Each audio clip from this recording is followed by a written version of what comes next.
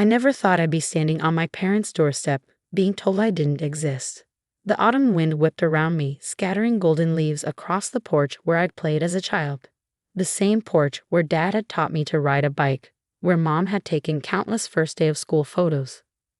Now my father's cold eyes stared through me as if I were a stranger. "Emily." His voice was firm, detached.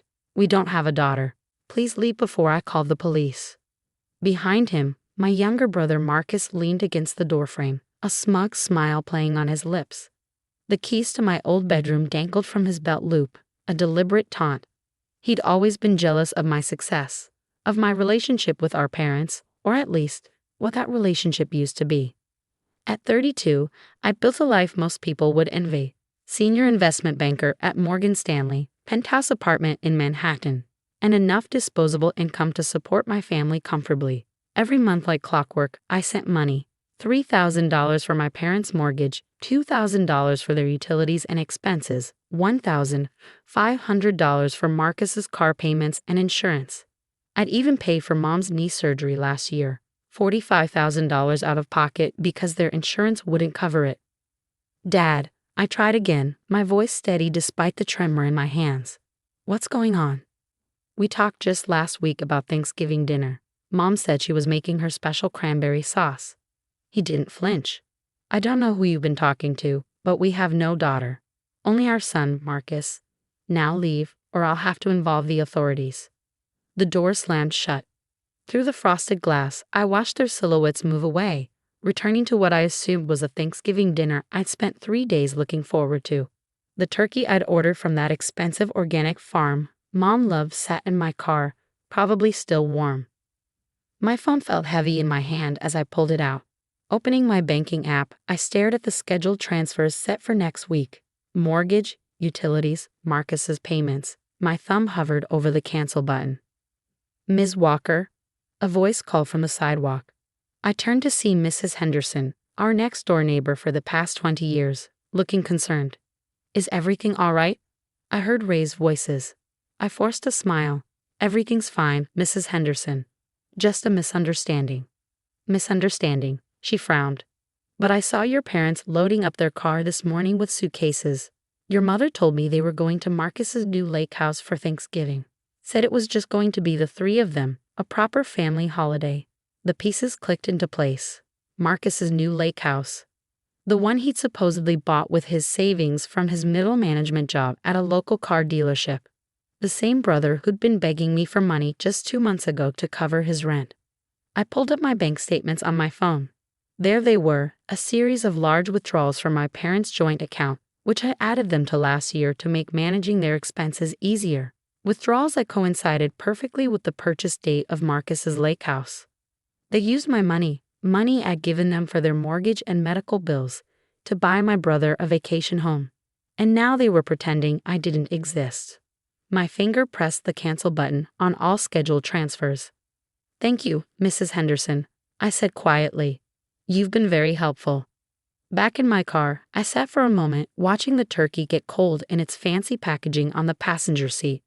My phone buzzed, a text from Marcus. "Don't bother trying to cancel anything. Mom and Dad already withdrew next month's money. Enjoy your lonely Thanksgiving, sis. Oh wait, you're not my sister anymore."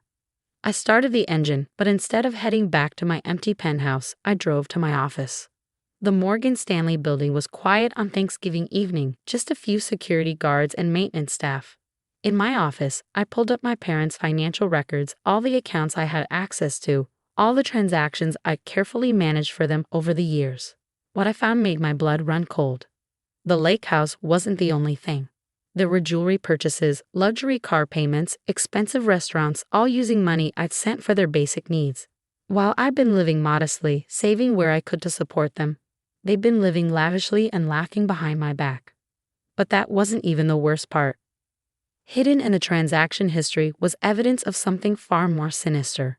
Regular transfers to offshore accounts, suspicious wire transfers, and what looked like carefully disguised money laundering. My professional training kicked in. These weren't just frivolous purchases. This was activity. My hands shook as I gathered the documents. As a licensed banker, I had a legal obligation to report suspicious financial activity. even if it came from my own family, especially if it came from my own family. I picked up my office phone and dialed a number I hoped I'd never have to use. This is Emily Walker, Senior Investment Banker at Morgan Stanley. I need to report potential financial fraud and money laundering. My voice was surprisingly calm. And yes, I have all the documentation. The voice on the other end was professional, efficient. They took down my information, asked for initial details. I answered everything truthfully, including my relationship to the subjects of the investigation. As I hung up the phone, my cell buzzed again. A family group chat I hadn't even known existed. Screenshots of them at the lake house, gathered around a Thanksgiving table. Mom's special cranberry sauce clearly visible. The caption read, "Perfect family dinner. Just us, no outsiders." I leaned back in my chair, looking out at the New York skyline as darkness fell. They thought they'd hurt me, thought they'd won. They had no idea what was coming. Opening my laptop, I began composing emails, one to my lawyer, one to a forensic accountant I trusted, and one to a realtor. It was time to sell my penthouse. I wouldn't be needing such an expensive place anymore, not now that I had no family to support. My phone buzzed one more time. A text from an unknown number. "Emily, it's Mrs. Henderson. I just wanted you to know I have security cameras on my porch. They caught your parents and Marcus laughing after you left. They were bragging about how they'd finally gotten rid of their cash cow. I recorded everything. If you need it, it's yours." I smiled for the first time since arriving at that doorstep. "Thank you, Mrs. Henderson." I typed back. "I think I'm going to need everything you have." Tomorrow would be a new day. And while they enjoyed their stolen lake house and their perfect family Thanksgiving, I would be setting in motion events that would remind them exactly who I was. Their daughter. Their sister. And most importantly, their worst nightmare. The week after Thanksgiving passed in a blur of activity. My penthouse, listed at a competitive price, sold within 3 days. I moved into a modest but comfortable apartment in Brooklyn, channeling the difference into my war chest. Every penny I'd saved would go toward ensuring justice was served. Mrs. Henderson's security footage proved invaluable. The crystal clear audio captured their entire conversation on the porch after I'd left. Did you see her face? Marcus had laughed, jingling my old room's keys. Little Miss Wall Street finally put in her place. "She'll come crawling back." Mom's voice dripped with contempt. "She always does, trying to buy our love. But we got what we needed. The lake house is ours now. And thanks to my clever boy's idea about those offshore accounts," Dad added proudly, "she'll never trace where the rest went." I played the recording for my forensic accountant, James Morrison, in his downtown office. His expression darkened as he listened. "They've given us everything we need," he said, pausing the playback. "Admission of intent, acknowledgement of offshore accounts. Emily, this isn't just family betrayal anymore. This is serious fraud." I nodded, pushing a stack of financial documents across his desk. "Here's everything I've gathered so far. Bank statements, transfer records, property deeds. I need to know exactly how deep this goes." James spent hours going through the papers, his frown deepening with each page. Finally, he looked up, removing his glasses. "Your brother isn't just using the money for luxury purchases," he said gravely. "These patterns suggest he's running a money laundering operation through the car dealership. Your parents' accounts are being used as a clearinghouse. The money you've been sending them? It's being used to legitimize illegal funds." My stomach churned. "How much are we talking about?" "Based on these transactions?" He circled several numbers with a red pen. "At least $2.5 million has moved through their accounts in the past year alone." The lake house was just the tip of the iceberg. I thought about all those times Marcus had called, begging for just a little help with his bills. How Mom had cried about their mounting medical expenses. Every emotional manipulation designed to keep their scheme running. "What's our next move?" I asked. "We've already reported the suspicious activity," James replied. "But if you want to make sure they can't hide anything, we need to move fast. They'll start destroying evidence the moment they realize their accounts are being investigated." I pulled out my phone, showing him the latest text from Marcus. "Thanks for canceling the transfers, sis. Mom's crying about not being able to afford her medications. Hope you're happy being heartless." "They're still trying to manipulate me," I said. "They don't know that I know about the fraud." James leaned forward. "That's our advantage. But Emily, You need to be prepared. When this breaks, it's going to get ugly. Family fraud cases usually do. I thought about my father's cold eyes as he denied my existence, my mother's voice planning my humiliation, Marcus's smug satisfaction at finally winning. It's already ugly, I replied. Let's make it honest. The next morning, I met with Sarah Chenma, my lawyer. Her office overlooking Central Park reflected her success in handling complex financial crime cases. The good news, she said, reviewing the evidence, is that you've documented everything meticulously. The bad news? Your name is on some of these accounts. We need to establish your innocence clearly. I have emails, I told her, pulling out my phone. Every time they ask for money, claiming specific needs, medical bills, mortgage payments, utilities. I can prove I was deceived about where the funds were going. Sarah nodded approvingly. Good. We'll need character witnesses too. People who can testify to your integrity and verify you had no knowledge of their criminal activities. Mrs. Henderson has already agreed to testify about Thanksgiving, I said, and my colleagues at Morgan Stanley can speak to my professional ethics. Perfect. Sarah made some notes. Now, about your brother's car dealership. Our investigation suggests it's the center of the laundering operation. Do you have any information about his business partners? I hesitated. There was one name I heard repeatedly, someone called Vincent Rossi. Marcus mentioned him at family dinners, said he was a silent investor in the dealership. Sarah's head snapped up. Vincent Rossi. Emily, he's a known figure in organized crime. If your brother is working with him, she left the sentence hanging. The implications hit me hard. My brother hadn't just betrayed me, he'd gotten our parents involved in something potentially dangerous. What do we do? I asked. We take this to the FBI, Sarah said firmly. Today, your evidence could be crucial in a larger investigation. By evening, I'd spent 4 hours with FBI agents going through every detail. They were particularly interested in Mrs. Henderson's recording and the pattern of offshore transfers. You've done the right thing, Ms. Walker, Agent Torres told me. But from this point forward, you need to be extremely careful. Don't contact your family. Don't respond to their messages. Let us handle everything. That night, alone in my new apartment, I received another group chat message. A photo of Mom, Dad, and Marcus at some expensive restaurant. The caption read, "Family dinner at Vincenzo's. Some of us deserve the best." The irony of them dining at a restaurant owned by Vincent Rossi wasn't lost on me. I forwarded the photo to Agent Torres, then blocked the number they'd used. Let them think I was hurt, sulking, too wounded by their rejection to fight back. Let them enjoy their ill-gotten gains and their smug superiority.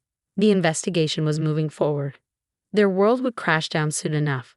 My phone rang, Mrs. Henderson again. Emily, dear, your brother was just here, asking for your new address. He seemed angry, said something about teaching you a lesson about loyalty. I thanked her for the warning and immediately called Agent Torres. Within an hour, I had a protective detail assigned to me. We've seen this before, the agent explained.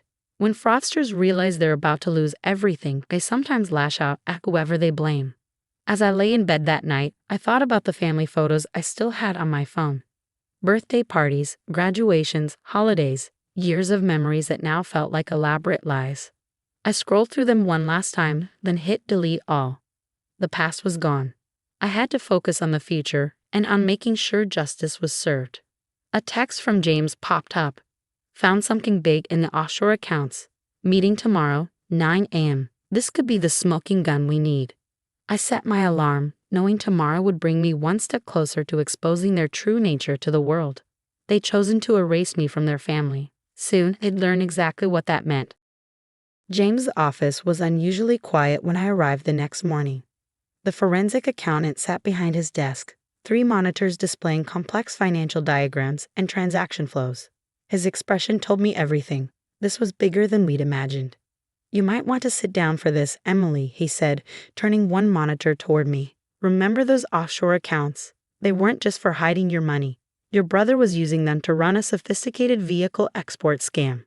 The screen showed a complex web of transactions, all flowing through seemingly legitimate businesses. At the center was Marcus's dealership.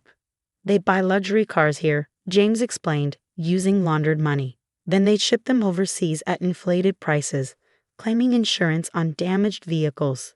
Your parents' accounts were used to claim the insurance payouts. I stared at the numbers. How much?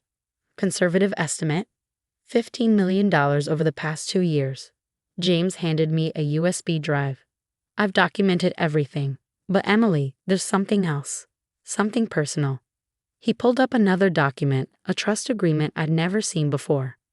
Your grandmother's inheritance, he said softly. The one your parents told you went to Marcus because of her dying wishes. It was meant for you. All of it. They forged documents to redirect the funds. My hands started shaking. Grandma Helen had passed away 3 years ago. I'd accepted Mom's explanation that she'd left everything to Marcus because he needed it more. The inheritance had been substantial, nearly $2 million. They showed me her will, I whispered. I saw it. You saw a fake, James replied. We found the original in the encrypted files on your father's cloud storage, along with a letter she wrote to you, explaining why she chose you as her heir. My phone buzzed. Agent Torres calling. I put it on speaker. Ms. Walker, we're moving in today, she announced. The evidence is overwhelming, and we have reason to believe they're planning to flee the country. We need you to stay away from any locations they might be.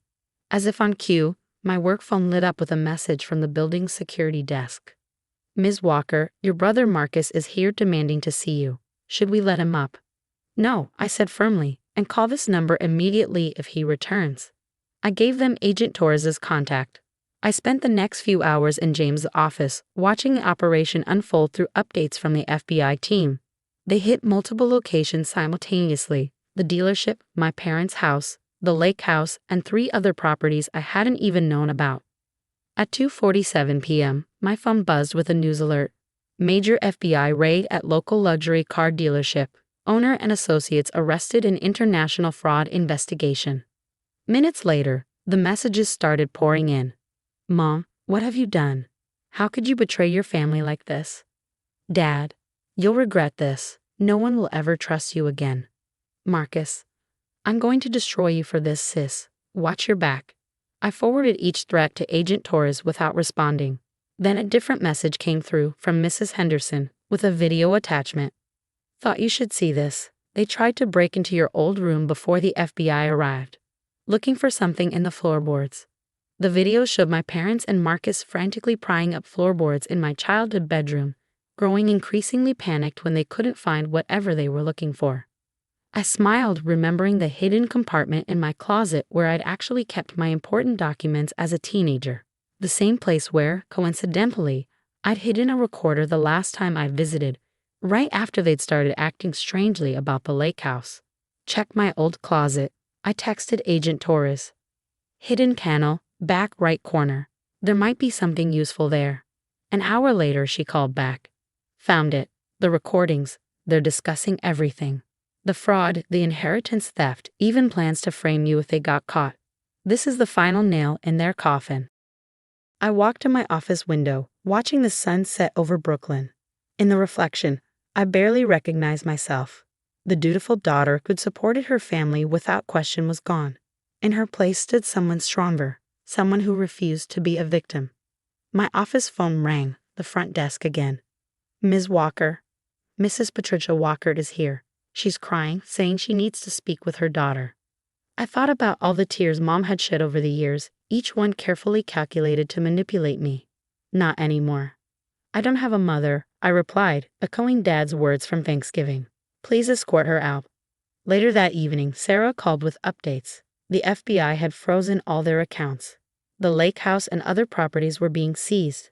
Marcus was facing multiple federal charges, and my parents would likely be indicted as co-conspirators. They're asking to make a deal, she said.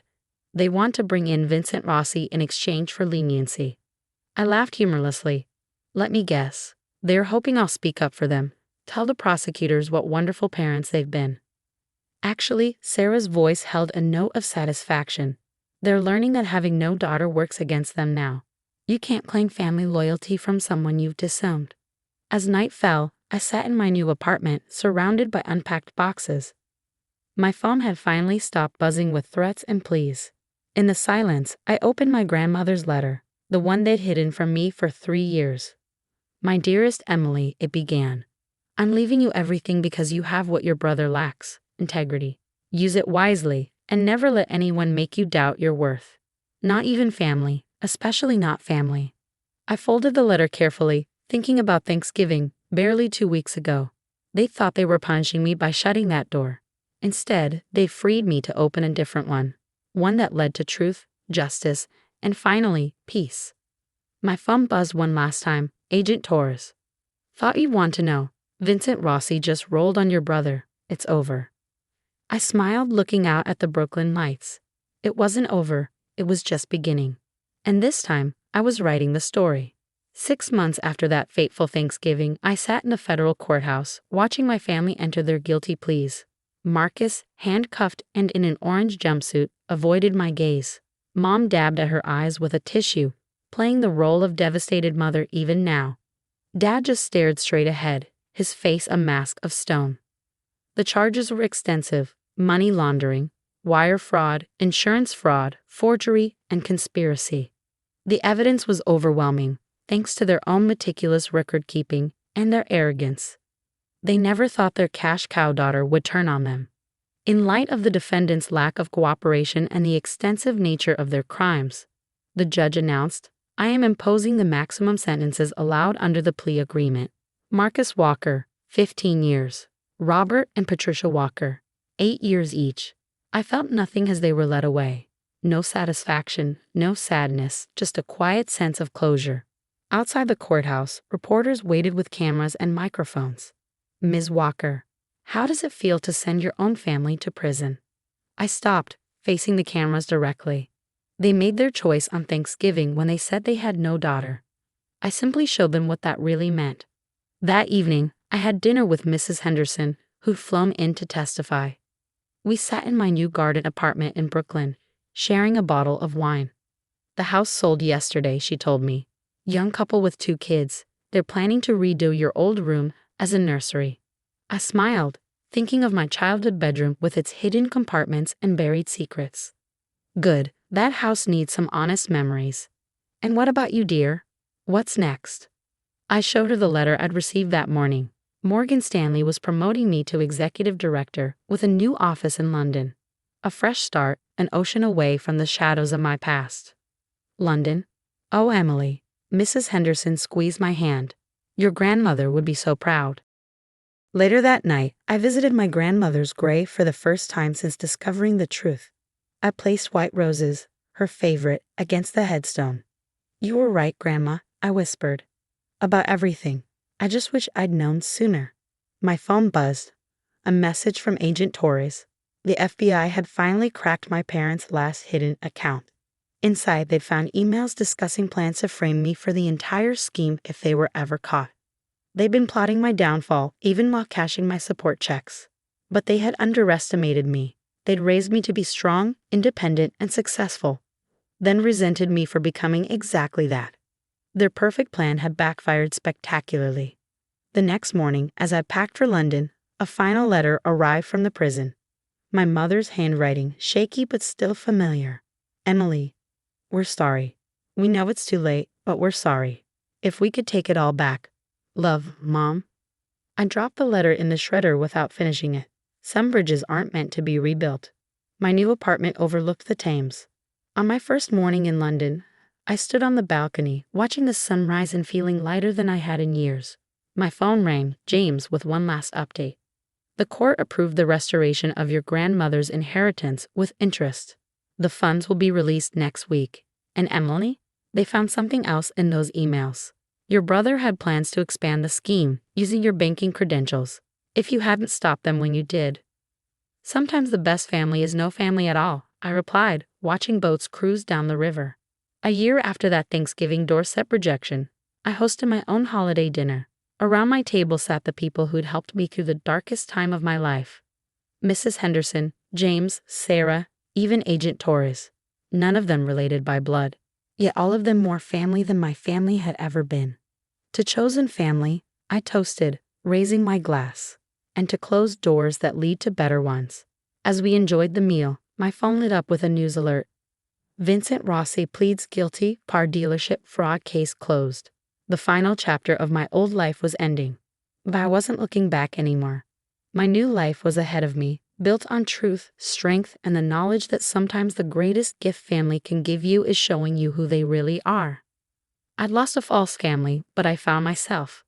And that was something worth being thankful for.